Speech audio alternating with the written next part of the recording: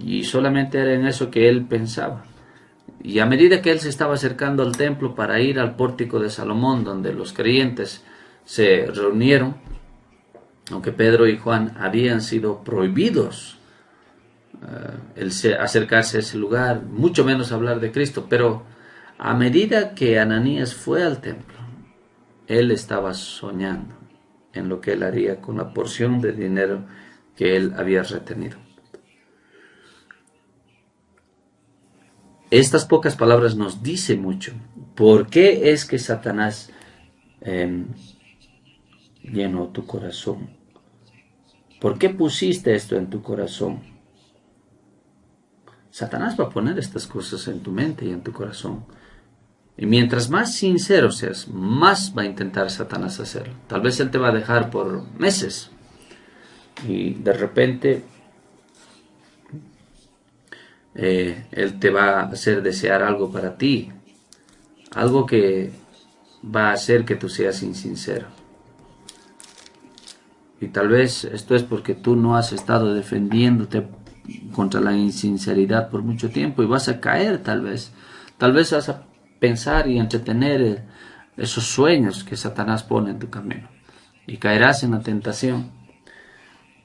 Entonces podemos decir, ¿por qué es que Satanás, con éxito podríamos decir, ha llenado tu corazón para que mintieses al Espíritu Santo y sustrajeres parte del precio de la verdad?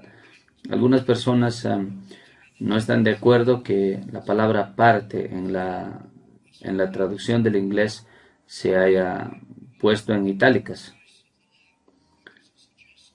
porque esto sugiere que él retuvo una pequeña parte. Pero en realidad creemos que fue Ananías el que retuvo la mayor parte y solo llevó una parte pequeña al templo. Y eso es lo que nosotros hacemos. No estoy hablando necesariamente de dinero, pero eso es lo que hacemos en la mayordomía. Es casi la parte más pequeña que nosotros damos. Y luego Pedro especifica la acusación. Versículo 4. Reteniéndola no se te quedaba a ti, y vendida no estaba en tu poder. Podías haber traído la pequeña parte, pero ¿por qué has pretendido que estabas trayendo todo el dinero? No has mentido al hombre, le dice Pedro. En realidad sí, él mentió al hombre. Él había mentido a la iglesia, pero lo que Pedro quiere decir es que su mentira a la iglesia de Ananías fue eclipsada por la mentira suya a alguien más grande que la iglesia. No has mentido a los hombres, sino a Dios. El mentir contra Dios. Tú y yo, de alguna forma, puede ser que hayamos mentido contra Dios aún en su casa. Nosotros, en diferentes formas tal vez. Podemos hacer cosas tal vez y podemos decir cosas como si Dios no viera. O tal vez como a Dios no le importa. Y al final Él no es justo ni puro después de todo en nuestras mentes. Entonces no habrán consecuencias, no habrán resultados por esa mentira a Dios. Por la insinceridad, por la hipocresía, por la defensa. A veces oramos sin entregarnos del todo al Señor. Y eso es lo que hacemos. Entonces pide, alábale al Señor. Tú dirás, sí, yo hago eso. Y pido por esto y pido por lo otro. Y algunas de mis oraciones, ruegos, tal vez no son centrados en mí mismo. Pido por esta alma, por lo otro. Y tal vez cierro la oración, pero no me he entregado al Señor de una forma fresca. No he dejado en el Señor las cosas que he estado deseando para mí mismo. No me he entregado del todo. Entonces mi oración está manchada con la hipocresía delante de Dios. Porque he dejado no he tomado en cuenta mi entrega. He orado sin entrega. Me he presentado delante del Señor como un ministro o mucho más todavía como un cristiano cuando mi vida no está bien con Dios. Y esto es hipocresía, es insinceridad. He retenido algo, lo cual podía haber entregado al Señor fácilmente. He retenido mucho para mí. Tal vez voy a hacer algo que disfruto en vez de hacer algo para mis hijos, para mi familia.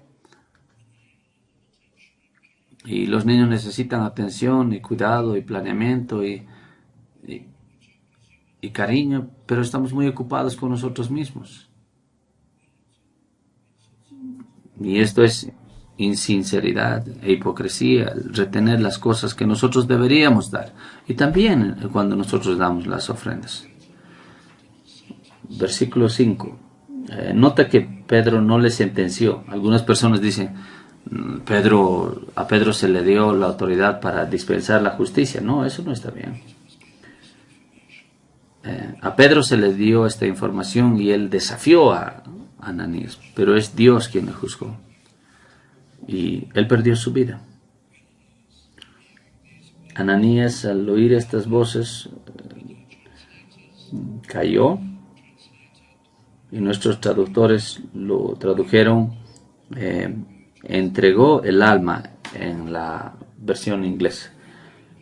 Pero acá en la versión de la Biblia en español dice expiró, y está bien. Al oír Ananías estas palabras cayó y expiró, y vino un gran temor sobre todos los que le oyeron. Aquellos que eran creyentes y no eran creyentes. Los creyentes dijeron, o habrían dicho, tengo que tener más integridad cuando trato con el Señor. Tengo que ser del todo correcto y honesto con el Señor. Tengo que realmente ser sincero con las cosas que digo y con las cosas que oro. Tengo que ser serio en mi vida. Y los que estaban buscando a Cristo tendrían, no puedo profesar a Cristo y tener aún un pie en este mundo, para este mundo.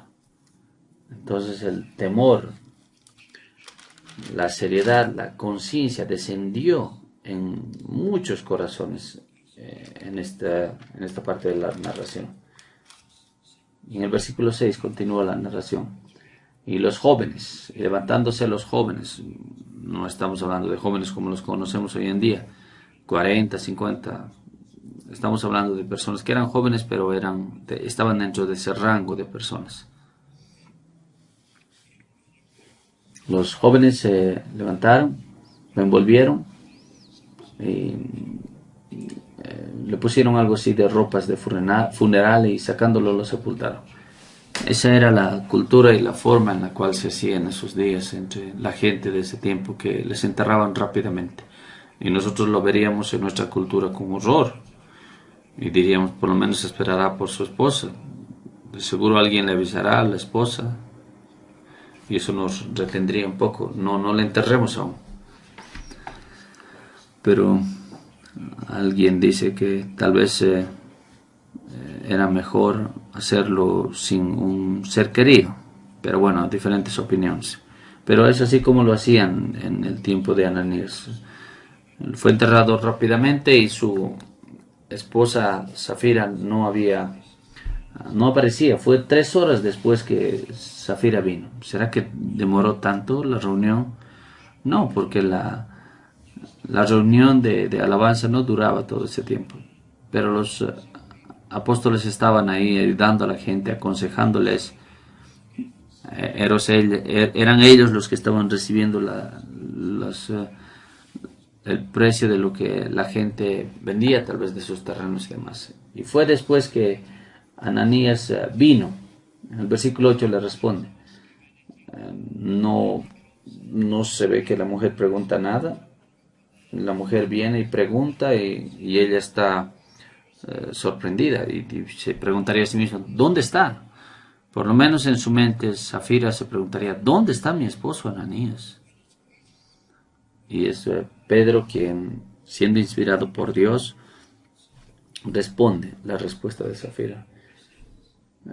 dime, ¿por qué vendiste en tanto la heredad? Y ella respondió tristemente, y ella dijo, sí, en tanto. Ella se había puesto de acuerdo con su esposo para hacer esto.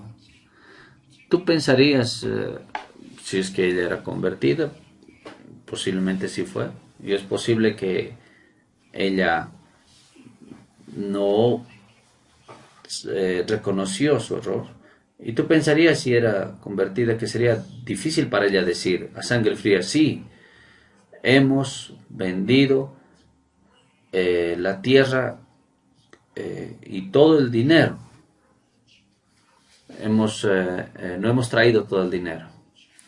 Esperaríamos que ella en realidad diría con lágrimas en los ojos, no tendríamos que haberlo hecho, pero solo hemos traído una parte del dinero. Pero no lo dijo, no lo hizo así. Y ves, cuando tú empiezas en el camino de la insinceridad y el pretender, eso te puede, toma, eso hace que tú ya no puedas con estos sentimientos y ellos se apoderan de ti. Y Pedro le dijo en el versículo 9, ¿por qué convenisteis en tentar al Espíritu del Señor? Podríamos decir, el presionar la paciencia de Dios, el estrechar. Y esto empieza con un poco. Uno dice, al Señor no le va a importar esta mentira blanca, si yo voy a hacer esta excusa falsa, me voy a arrepentir inmediatamente. Es una cosa pequeña. Pero la hipocresía pequeña lleva a hipocresía más grande y más grande. Las palabras de Pedro son correctas y rectas. ¿Cómo es que tú hiciste? ¿Cómo es que conveniste? Si un cónyuge peca, podríamos decir, con el esposo o viceversa con la esposa, entonces él peca contra ella y ella contra él.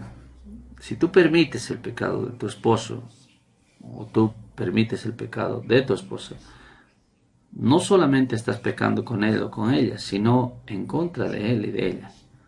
Porque tú eres la persona a quien te ha dado a tu esposo o a tu esposo para ayudarles, para reprender, para corregir, para advertir, para decir, querida, no podemos hacer esto no está bien. O tal vez encontrar una forma, la esposa o el esposo de parar lo que se está haciendo mal. Y es para eso que han sido llamados juntos como esposos. Richard Baxter, las palabras famosas de él que nos dicen en los matrimonios: el tener a alguien que te ama y que cuida y que siente por ti y que te vigila, te cuida, pero es una gran cosa el tener a esta persona que también te ayude con tu alma. ¿Eres tú una ayuda para el alma de tu esposo, de tu esposa o de tu amigo? ¿Sabes cómo de una forma efectiva y franca ayudar? Porque si no sabes cómo hacerlo y no eres así, si ustedes no se moldean los unos a los otros, entonces van a pecar el uno contra el otro. Y las palabras de Pedro, que en este mensaje solemne, y es así que se nos enseña acá que este evento ha ocurrido de esta forma. Y luego Pedro, en el versículo 9, dijo, ¿por qué convenisteis en tentar al Espíritu del Señor? He aquí a la puerta los pies de los que han sepultado a tu marido. Y de seguro que Pedro lo dijo esto tristemente. He aquí la puerta los pies de los que han sepultado a tu marido y te sacarán a ti. Esta no es una sentencia de parte de Pedro, sino es una declaración predictiva. A Pedro se le habilita el saber qué es lo que va a pasar. Él mismo no quiere que esto pase. Él no quiere en realidad que esta mujer pase por eso, pero es Dios quien está tomando su vida. En el versículo 10, Al instante ella cayó a los pies de él y expiró. Y cuando entraron los jóvenes, la hallaron muerta y la sacaron y la sepultaron junto a su marido. Y la intención de Dios pasó. En el versículo 11, y vino gran temor sobre toda la iglesia. Tenemos que ser genuinos, tenemos que ser directos con el Señor, tenemos que ser honestos en las cosas espirituales, tenemos que ser sinceros con lo que decimos. No tenemos que retener nada cuando Dios en verdad nos habilita para entregar algo.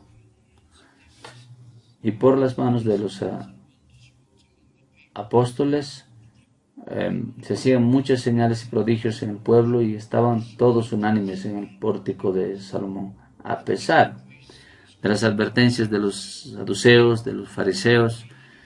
En el versículo 13, de los demás, ninguno se atrevía a juntarse con ellos, mas el pueblo los alababa grandemente. La gente pensaba y diría, oh, estos son hombres y mujeres cambiados, y el Señor ha obrado en sus corazones. Y a pesar del temor, en el versículo 14, y los que creían al Señor aumentaban más. No se dice acá como en otra parte a la iglesia, que fueron adicionadas a la iglesia, sino fueron adicionadas al Señor. Y es una cosa maravillosa el tenerle, el conocerle, el caminar con Él. No lo arruines entonces en tu vida, querido amigo. No arruines tu vida con la insinceridad, con la hipocresía, pretendiendo. Vigila, cuida de esa tentación, porque Satanás por medio de ella va a llenar tu corazón. Es la insinceridad que vacía las iglesias. Las personas solo vienen una vez, en vez de 2 veces, cuando podrían venir 2 veces en el día del Señor. Es la insinceridad que aminora, rebaja el número de personas en el estudio bíblico. La gente dice, yo amo al Señor, pero no se muestra. Es por medio de la insinceridad y la hipocresía que la reunión de oración se vacía. Es por la insinceridad, o es eso que hace que las devociones personales sean hechas, que no se las haga. Insinceridad es la causante de todo esto. Y Satanás está fijado en tomar a los creyentes y llenar sus corazones con insinceridad. Perdón que haya tenido que ser solemne en esta mañana, pero ¿cómo podrías predicar Hechos 5 de una forma ligera?